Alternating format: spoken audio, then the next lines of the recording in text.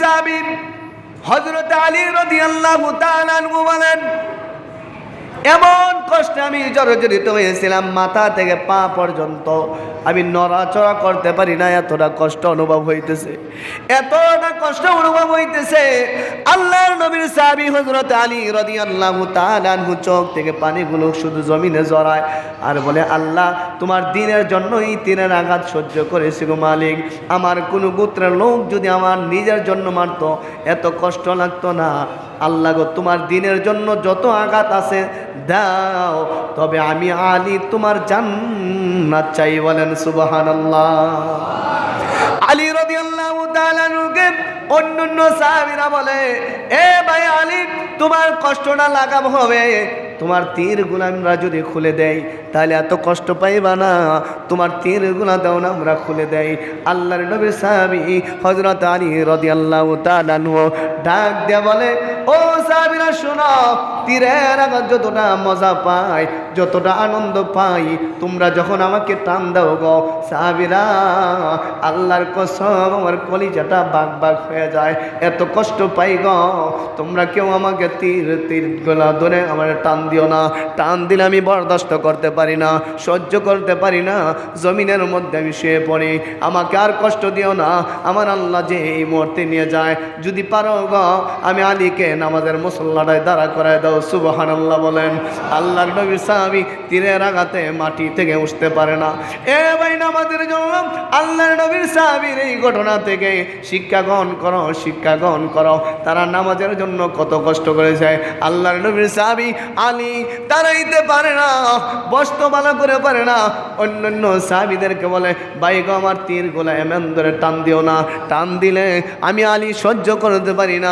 আমারও নয়, আমার আল্লাহ যদি আমাকে দুনিয়ার থেকে নিয়ে যাইত আমার ভালো ছিল গো, আমাকে তীর ধরে এভাবে টান দিও না, টান দিলে আমি আলী সহ্য করতে পারি না। যদি পারো এতটুকু সহযোগিতা করো, আমি আলীকে দাঁড়া করাইয়া নামাজের মুসল্লা পর্যন্ত দাঁড়া করাইয়া দাও, তাহলে আমি আলীর সবচাইতে বেশি শান্তি পাবো। বলেন সুবহানাল্লাহ। আলী রাদিয়াল্লাহু তাআলা আনহুর কথা অনুযায়ী আলী রাদিয়াল্লাহু তাআলা আনহুকে অন্যান্য সাহাবীরা ধরে নামাজের মুসল্লার মধ্যে দাঁড়ায় দিল।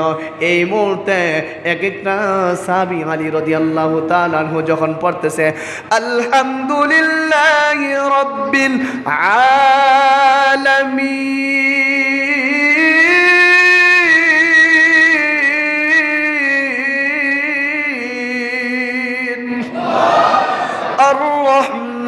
আর-রহমানির রহিম,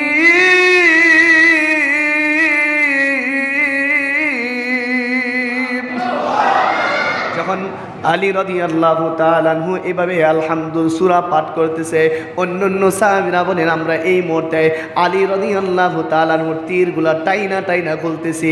আল্লাহর কসম করে বলি, যতগুলো তীর আলী রাদিয়াল্লাহু তাআলা আনহুর শরীর মুবারকের মধ্যে ছিল, প্রত্যেকটা তীর টেনে টেনে আমরা খুলে ফেলেছি, সক্ষম হয়েছি। আওয়াজ দেয়া বলবেন কি আল্লাহু আকবার।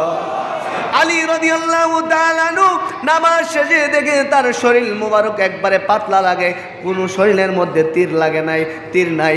আলী রাদিয়াল্লাহু তাআলা আনহু ডাক দিয়ে বলে, ও সাহাবীরা, ও আমার সাথী সঙ্গীরা, বল আমার তীরগুলা কোথায়? বলে, হুজুর মিথ্যা কথা বলবেন না, আপনার শরীর মুবারক থেকে জানি তীরগুলা টেনে টেনে আমরা করলাম, লাথি দিয়ে দিয়ে যত শক্তি আছে শক্তিগুলা প্রয়োগ করে আপনার তীরগুলা আমরা করলাম, আপনি কি টের পান নাই নাকি?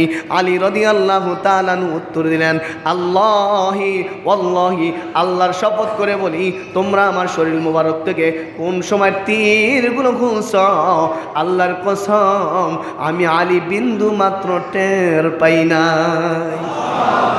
তাহলে তাদের নামাজ আর আমাদের নামাজের মধ্যে তফাৎ আছে কিনা?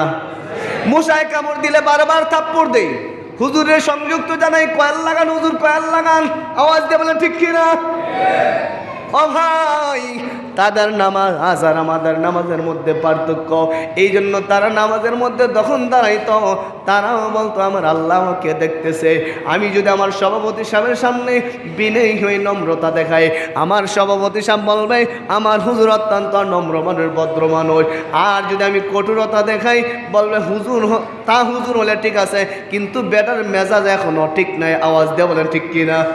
আল্লাহ পাক রব্বুল আলামিন বলেন, আমি তো পৃথিবীর কোনো সভাপতি না, দুনিয়ার সমস্ত মাখলুকাতের স্রষ্টা। আমার সামনে যখন বান্দা তুই দাঁড়ায় যাস, যত বিনয়ী হবি আমি আল্লাহ তোর প্রতি তত রাজি হয়ে যাই রে বান্দা। যত বিনয়ী দেখাবি আমি আল্লাহ রিজিকের অভাব দিব না রে বান্দা। যত বিনয়ী হবি তোর সম্মান আমি আল্লাহ কমতে দিব না রে বান্দা। তুই নামাজ পড়া আমার কাছে চা, দেখবি সব কিছুর সমাধান আমি আল্লাহ গাইবি ভাবে তোকে সাহায্য করব।